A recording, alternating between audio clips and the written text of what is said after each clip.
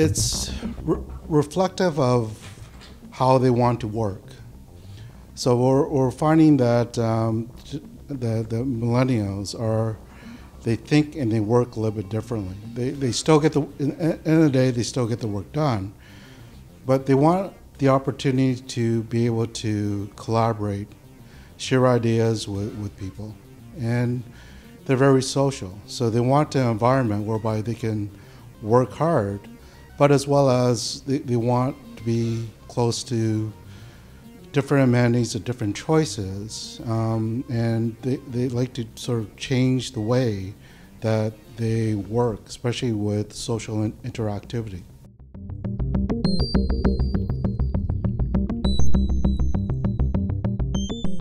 Part of it is a lot of the technology, and based on the changes in the workforce and the economics of the last 5 or 10 years, that everyone is asked to do more with less. So we're depending more on our IT, our computers, our different apps for us to be a lot more efficient. And a lot of that requires a lot more power.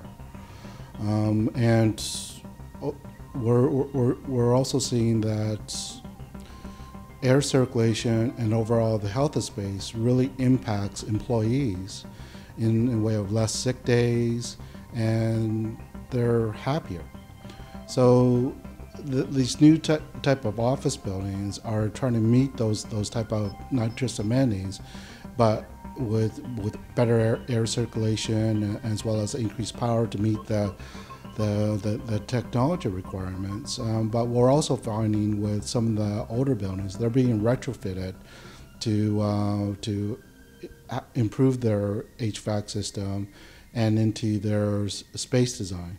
So it's not just the new buildings that millennials and for this new workforce space, but it's existing buildings as well. And landlords realize that to maintain the value and to maintain their rents, they have to invest in these buildings to keep up with the new type of tenant demand.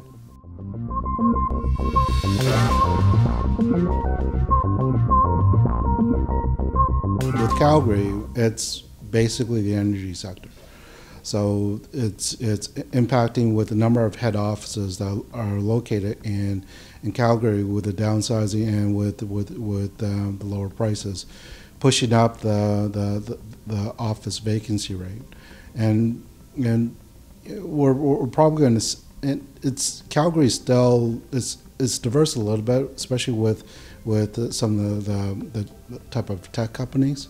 But this is still largely impacted by energy prices and the global market. With respect to Edmonton, it's a lot more diverse. To a certain extent, with the provincial government there, they're still dependent, and you're still seeing some weaknesses in that area. But it'd be really interesting to see the impact of the new office buildings and what happens to the older existing stock, and whether or not that will be redeveloped into other type of uses.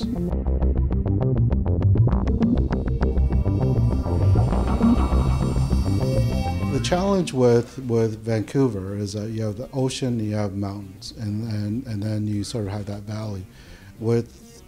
It all comes down to pricing. And if you look at the still very high average price of housing, land becomes very expensive.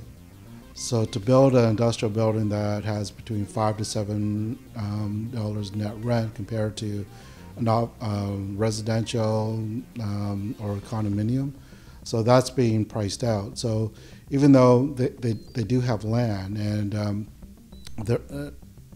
Vancouver is still a robust industrial market, but for the larger logistics, that's being pushed right into Alberta, especially servicing Northern Ontario and the rest of the western provinces.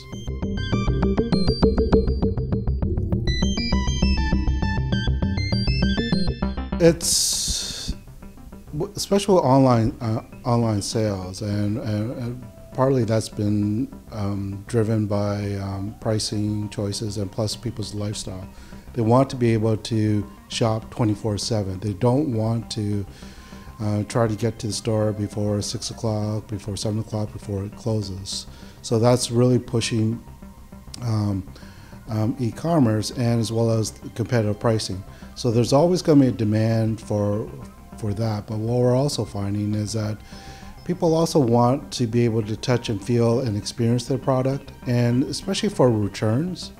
It's so much easier for those retailers to have a physical location so they can actually return a product rather than put it back in a box, put the postage on it, and send it back to them. So you look at Amazon, who's huge in e-commerce, they're starting to put together a number of stores to sort of experiment. I think they're going to sell books to begin with, but it's going to be their foray into the brick and mortar stores, and again get to that experience and as well as convenience for consumers.